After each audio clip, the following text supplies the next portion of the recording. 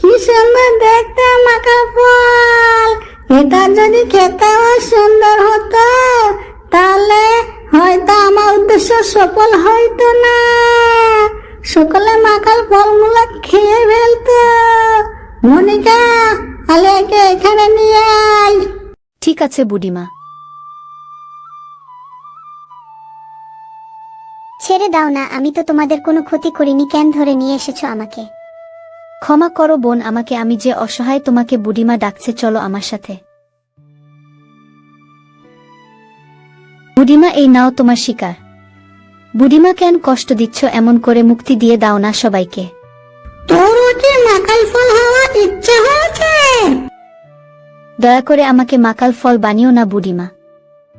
তাহলে আমি যা বলবো তাই কর, নাহলে তোর মা বোন কখনোই মাকাল ফল থেকে মানুষ রূপে ফিরবে না, মনে রাখিস। এমন কথা বলো না বুড়িমা, তুমি যা বলবে আমি তাই করব।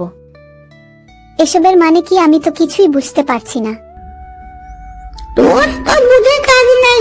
আজ থেকে তুইও পাখি সবার মতো মাকাল ফল হয়ে আমার বাগানে ঝুলে থাক। দয়া করে ছেড়ে দাও আমাকে, আমার যে খুব কষ্ট হচ্ছে। মাকাল ফল হয়ে ঝুলে থাকতে তোর কষ্ট হলে কি হবে? দেখ দেখ, আমার বাগানটা কত সুন্দর দেখতে লাগছে।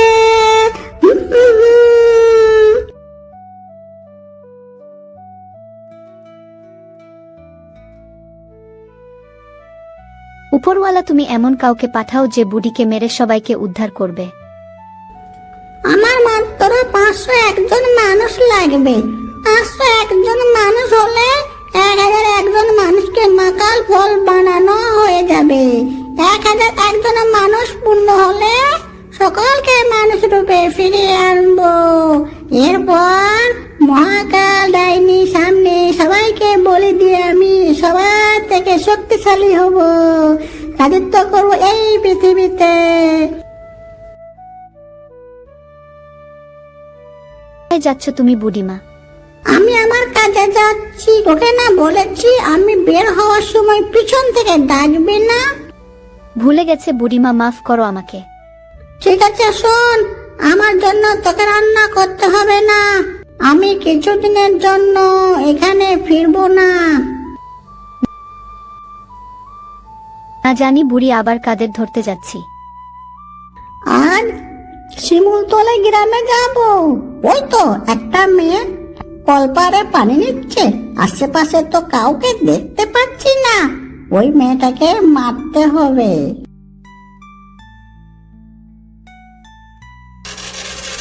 কেউ আসার আগে লাশটা অদৃশ্য করে দিই, আর আমি নিজে এই মেয়েটার রূপ ধারণ করে তার বাড়িতে যাই।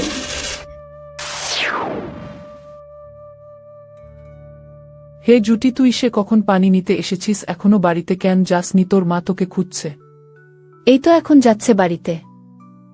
তাহলে তুই দাঁড়া, আমিও তো বাড়িতেই যাব, দুজনে একসাথে না হয়ে ফিরব। তাড়াতাড়ি নে, আজ বড্ড দেরি হয়ে গেল। চল সুজিত, তোদের বাড়িতে কত মানুষ, তোর এত মানুষের ভিতর থাকতে ভালো লাগে। তাহলে তো ভালো জায়গায় টোকটা ফেলেছি, আজ রাতেই আমি আমার কাজ শেষ করব।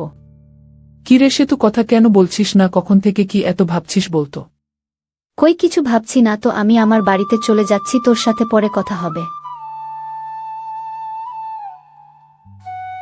কিরে, তোর আসতে এত দেরি হলো কেন? দেখতেই তো পাচ্ছিস বাড়িতে কত কাজ। তোর মেজো চাচির শরীরটা ভালো না। ছোট, তুই মেয়েটাকে কেন বকছিস? ও তো ছোট মানুষ, ও কি কাজ করতে পারে? বোন, তুমি তো সবই জানো, তাহলে একথা কিভাবে বলছো বলো? মেয়েটাকে দিয়ে কাজ করায় না, তার জন্য সে যদি আর মেজদি কি কম কথা শোনায়? সে আমি মেজো, আর সে জোর সাথে কথা বলবো। মা, সে জুতি, তুই ঘরে যা। মাসে জুতি কোথায়? তুই আমাকে একটু পানি দে তো। না, এদের জন্য তো কোনো শান্তি নেই, আমাকে দিয়ে কাজ করাতেই আছে। যত ইচ্ছা হয় কাজ করা, শুধু একটা রাতের অপেক্ষায় তো। কি হলো মা? এই নাও পানি।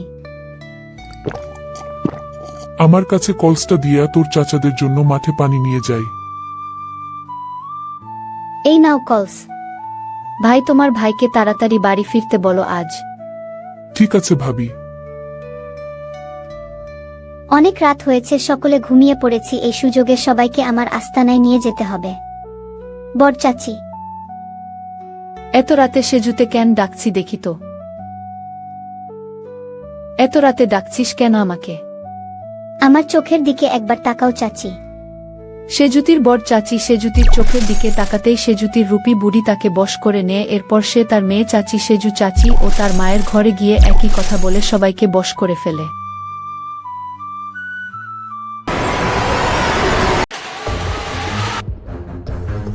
আয় তোরা সবাই আমার সাথে, আমি যে পথে যাচ্ছি সেই পথে আয়।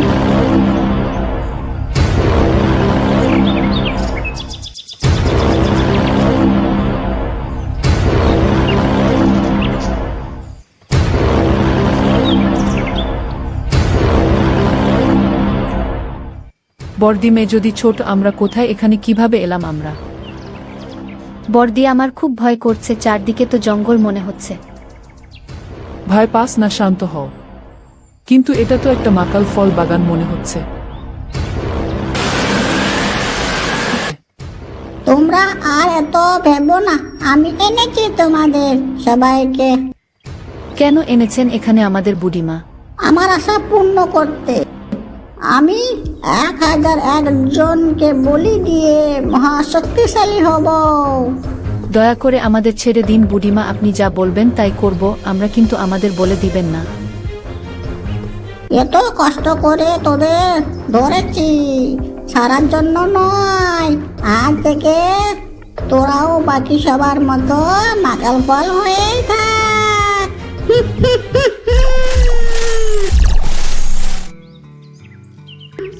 বুড়িমা, আমাদের মানুষ বানিয়ে দিন, মাকাল ফল হয়ে গাছে ঝুলে থাকতে কষ্ট হচ্ছে আমাদের। কখনোই না, আর এত কান্নাকাটি করে লাভ নেই, কেউ তোমাদের কথা শুনতে পাবে না। আজ অনেকগুলোকে একসাথে ঝুলিয়ে রাখতে পেরেছি, আমার যে কি আনন্দ হচ্ছে। মনিকা, মনিকা, বলুন বুড়িমা, আপনি কখন এসেছেন? বলেছিলেন তো কিছুদিন পরে আসবেন। সেটার প্রয়োজন পড়েনি, আমি আজও বের হলাম। তুই মাকাল ফলগুলো দেখে রাখিস। বুড়ি হাঁটতে হাঁটতে মণিপুর গ্রামে যায়। সে গ্রামে বাস করত রীতা নামের এক বিধবা মহিলা। রীতা আর তার মেয়ে নিশি ছাড়া কেউ ছিল না। নিশি, আমি একটু নদীতে গোসল করতে যাচ্ছি, তুই কিন্তু বাড়িতে থাকিস। ঠিক আছে মা, তুমি কিন্তু বাড়ি এসে আমাকে পায়েস রান্না করে খাওয়াবে। ঠিক আছে, আমি পায়েস রাখবো, তোকে ছাড়া আমি কাকে খাওয়াবো বল? তুই ছাড়া যে আমার কেউ নেই। তুমি কষ্ট পেও না মা, তুমি কষ্ট পেলে যে আমারও বড় কষ্ট হয়। তুই বাড়িতে থাক, আমি নদীতে গেলাম।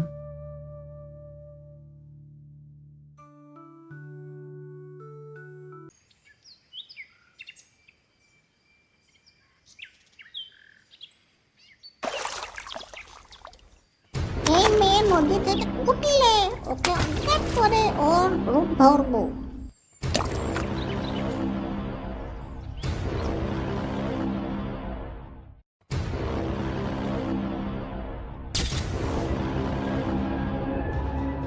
আজ থেকে আমি তোর রূপেই থাকবো। তোকে আগে আমার বাগানে রেখে আসিস, চলো তুমি।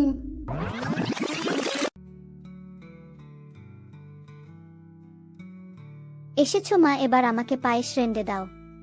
দূর হও আমার চোখের সামনে থেকে, আমাকে তুই পায়েস রাঁধতে বলি। আহ মা, দেখো আমার মাথা ফেটে গেছে।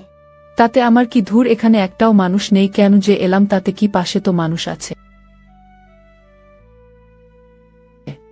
তুমি আজ আমাকে ডাকুনি কেন? কত বেলা হয়ে গেছে, তার উপর এখনো একটাও কাজ করনি। আজ বাড়ির কাজ তুই করবি, উঠোন ঝাড়ু থেকে শুরু করে সব। এত কাজ আমি একা কিভাবে করব মা? সেটা আমি জানি না। ঠিক আছে, আমি সব করে দিচ্ছি।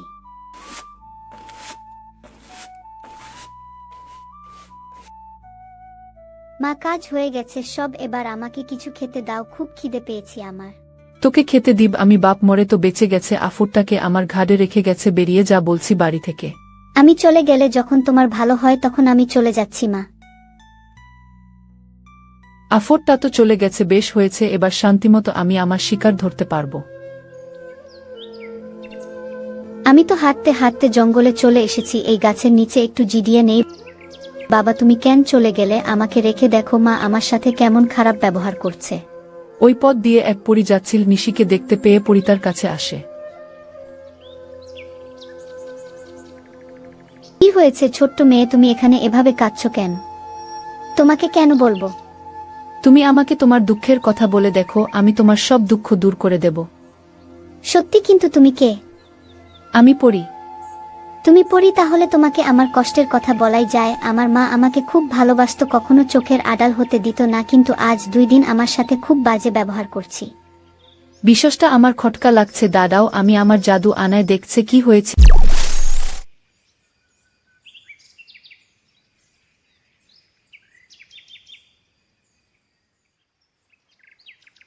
নিশি তোমাদের বাড়িতে যে আছে সে তোমার মা নয়, সে একজন জাদুকরি বুড়ি। তাহলে কোথায় আছে আমার মা? শান্ত হও নিশি, তোমার মাকে জাদুকরি বুড়ি মাকাল ফল বানিয়ে রেখেছে। কি বলছো তুমি? তাহলে কি আমি আমার মাকে দেখতে পাবো না? আমার মা কি সারা জীবন মাকাল ফল হয়ে থাকবে? একটা উপায় আছে, তোমার মা সহ আরো অনেকে মাকাল ফল হয়ে জীবন কাটাচ্ছে, তাদের সবাইকে মাকাল ফল থেকে মানুষ বানাতে হলে ওই বুড়িকে আগে মারতে হবে। কিভাবে মারবো আমি বুড়িকে?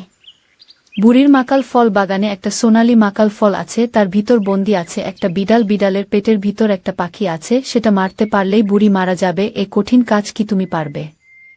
আমাকে যে পারতেই হবে, আমি আমার মা সহ সেখানে মাকাল ফল হয়ে জীবন কাটানো সবাইকে মুক্ত করব। তুমি অনেক সাহসী, আমি তাহলে এখন আসি। ঠিক আছে।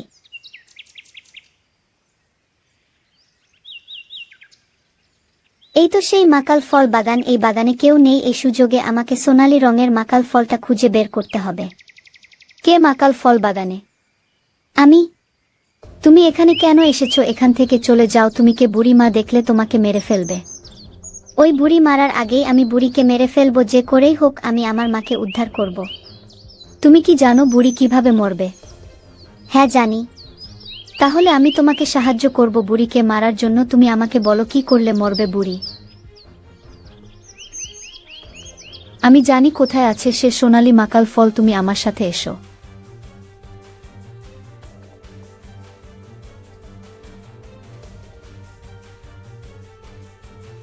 ওই তো সেই মাকাল ফল। তুমি তোমার কাজ করো, আমি দেখছি বুড়ি আসছে কিনা। তোমাকে অনেক ধন্যবাদ।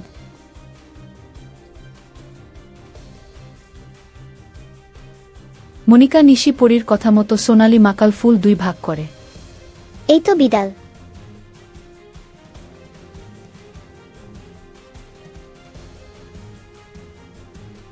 তুমি তো পাখিটাও পেয়ে গেছো, এবার তাড়াতাড়ি পাখিটাকে মারো। তুমি ঠিকই বলেছ। শয়তান মেয়ে, ছেড়ে দে বলছি পাখিটা। কিছুতেই না। নিশি ভয় পেয়ে তুমি পাখিটা ছেড়ে দিও না। এতদিন আমি দুধ কলা দিয়ে কাল সাপ পুষেছি, তুই আমায় খেয়ে আমার সর্বনাশ করছিস। শয়তান বুড়ি, তুই অনেকের উপর অত্যাচার করেছিস, আজ তার শাস্তি পাবি। না, মেরে ফেললি তোরা আমাকে, সাধনা পূর্ণ হলো না।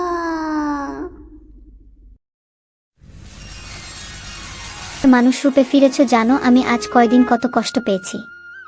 আমরা সকলে মানুষ রূপে ফিরতে পেরেছি তোর জন্য মা। তোমাদের জন্য কত কষ্ট পেয়েছি আমি। কাঁদিস না মা, আজ নিশি না থাকলে হয়তো আমরা কখনোই মুক্তি পেতাম না। নিশিকে ধন্যবাদ জানিয়ে সবাই যে যার বাড়িতে ফিরে যায়।